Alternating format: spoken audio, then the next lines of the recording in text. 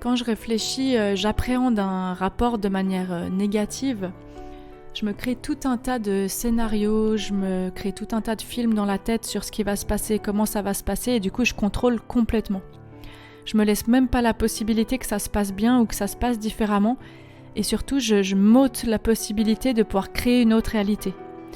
Donc une anticipation négative du rapport sexuel, elle fait que là au présent ça me met du stress dans mon corps, du cortisol, l'hormone du stress, et que du coup ça me fige complètement dans la peur, dans une appréhension, et j'ai pas de place pour un élan de désir, pour un élan d'imaginaire érotique ou pour un élan d'action dans la matière, de faire quelque chose qui pourrait inviter à ce que ça se passe différemment.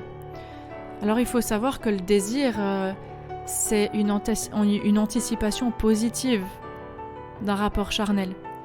Alors si je me crée un scénario catastrophe et que je fais l'algorithme de tout ce qui va mal se passer, et que je me désillusionne, je baisse les bras ou je me raconte des histoires par exemple en me disant de toute façon ça va être comme ci et comme ça, je me donne pas la possibilité, le pouvoir personnel de pouvoir créer différemment les choses. Je me donne pas la possibilité de pouvoir parler à mon ou ma partenaire différemment sur ce qui se passe, de communiquer autour de la sexualité ou d'oser différemment approcher l'autre ou d'oser moi être approché différemment. Ce que je vous invite à faire, c'est vraiment de conscientiser à quel moment je suis dans un scénario catastrophe en train de me raconter du négatif et à quel moment c'est du stress et c'est pas du plaisir avant un rapport. Ensuite, comment moi je rêve que ça se passe bien. Faites une liste, créez-vous des petits scénarios positifs, de dire mais comment je voudrais que ça se passe bien, comment ça me ferait du bien à moi. Vraiment, comment je voudrais que ça vienne me nourrir. Et à partir de là, vous avez une super voie d'entrée. Parce que c'est déjà de vous redécouvrir vous-même. Ensuite, une fois que vous avez les infos de ce qui vous ferait plaisir, de ce qui vous ferait du bien, de comment vous avez envie d'approcher l'autre, comment vous avez envie d'être approché, vous pouvez commencer à le créer différemment et surtout, vous pouvez commencer aussi à en parler à deux.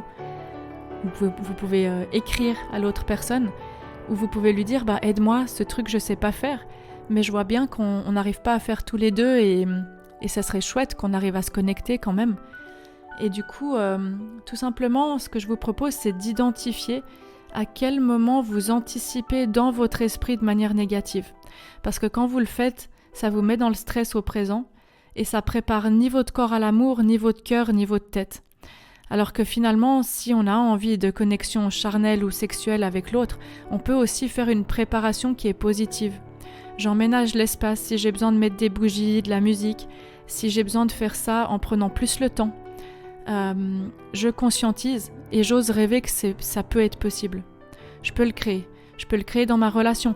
Et si vraiment c'est pas possible de créer ça dans cette relation, si la communication elle est complètement bloquée, je peux aller chercher de l'aide. Il y a des sexologues, il y a des thérapeutes de couple, il y a plein de podcasts en ligne. Et puis si vraiment j'essaye différemment, plusieurs fois, de plusieurs manières et que j'ose créer une autre réalité et que ça fonctionne pas, ou j'ose communiquer autour de la sexualité et que ça fonctionne pas, à ce moment-là, au bout d'un moment, peut-être que c'est pas la bonne personne avec qui vous êtes. Ou peut-être que vous pouvez lui dire je vois que t'as peur, mais regarde, moi j'aimerais bien me connecter avec toi. Et regarde, on partage une des choses, ou la chose la plus intime au monde, c'est notre corps. Et du coup, c'est sacré. Et comment on rend ça sacré et comment on porte de la considération à ça. C'est quand même pas rien. Et je vous dis pas le jeu érotique ou même un quickie qui fait plaisir à tous les deux ou à toutes les deux, bien sûr que ça peut rentrer là-dedans aussi. Mais si je peux jamais vivre ce que j'ai envie de vivre et que du coup tous les rapports deviennent un stress et un imaginaire négatif là autour, c'est qu'il y a quelque chose qui va pas dans votre vie sexuelle, dans votre connexion émotionnelle et dans la communication avec votre partenaire. Et ça, c'est pas immuable. Ça, c'est des choses que vous pouvez changer. C'est des choses qui sont douloureuses et qui font peur à affronter. On a peur de la réaction de l'autre, etc. Mais on parle de votre corps et votre corps, il est sacré. C'est important que vous en preniez soin parce que votre corps, c'est vraiment la chose que vous allez prendre avec vous jusqu'à la fin de votre vie. Et puis si vous en prenez pas soin de vous-même, de votre corps, personne ne va le faire à votre place, il est que à vous, c'est votre responsabilité. Et c'est vraiment important de dire comment mon corps, j'ai envie qu'on le caresse, comment j'ai envie qu'on entre dans mon corps, comment j'ai envie d'entrer dans le corps de quelqu'un, et qu'est-ce que j'ai envie de partager dans l'amour. Et si ça me bloque parce qu'à chaque fois que ça se passe vraiment pas bien, eh ben déjà je peux aller partir en explorateur ou exploratrice de comment je voudrais vivre les choses pour qu'elles soient magiques, pour qu'elles soient magnifiques, pour que je puisse les sentir dans la réalité de manière belle. Qu'est-ce que je vais faire pour créer ça?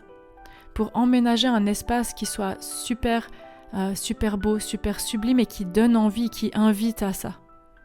Et oser emménager cet espace parce que c'est un espace qui est magnifique et quand on ralentit, on peut sentir.